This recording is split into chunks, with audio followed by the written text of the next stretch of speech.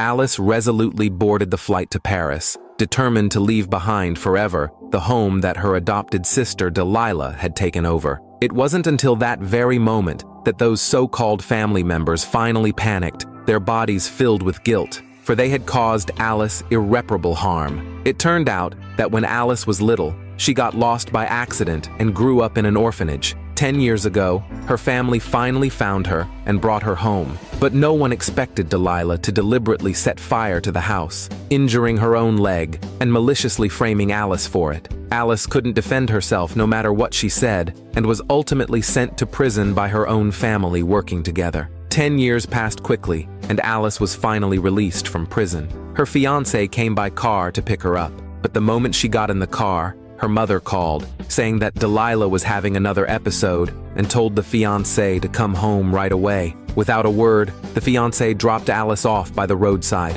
When Alice went home alone, the maid stopped her at the door. When her brother saw her, he immediately questioned why she had come back.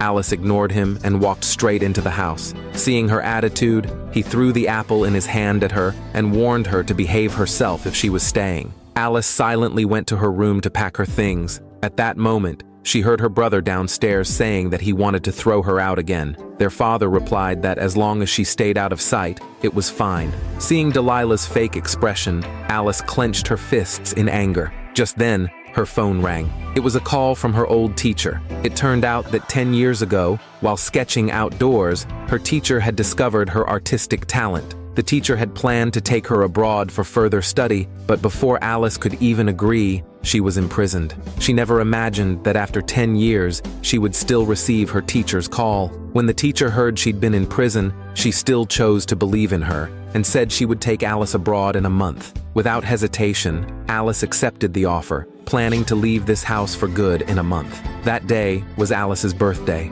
The old wound on her abdomen ached faintly, but her whole family was busy celebrating Delilah's birthday instead. No one even noticed Alice's condition.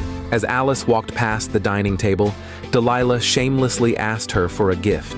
Alice said bluntly that she hadn't prepared one, but Delilah said she had good news to share. She grabbed the fiancé's hand and announced that they would be getting engaged next month. The fiancé quickly explained that his engagement to Delilah was fake, just a way to repay her for saving his life. That's when she realized that Delilah had stolen the credit for her sacrifice. Alice went to the hospital alone for a checkup, but Delilah secretly followed and grabbed her arm.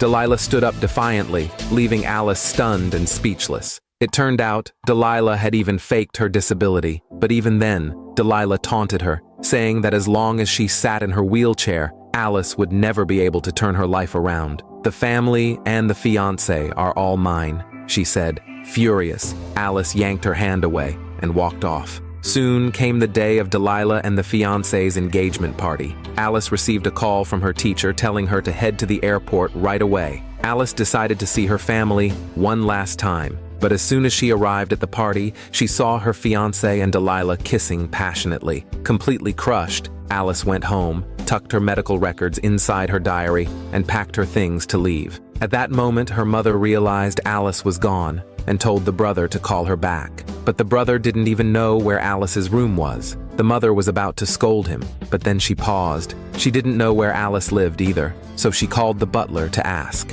The butler plainly said that Alice lived in the attic. Both of them were stunned. After asking further, they learned it was all arranged by Delilah. The mother told the brother to go bring Alice back, so the brother followed the butler up to the attic.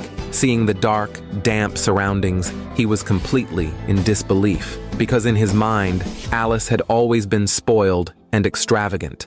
But then he found the medical records inside her diary, and in shock, he rushed to show them to their mother. But by then, Alice had already thrown away her phone and gotten into a cab heading for the airport. After reading the diary, the parents finally realized that all these years, they had never given Alice a single allowance, nor had they ever truly cared for her. Knowing the truth, the whole family was filled with regret. At that moment, the brother finally tracked down Alice's whereabouts. But when they arrived at the airport, they were a step too late and stopped by security, left watching helplessly as Alice departed.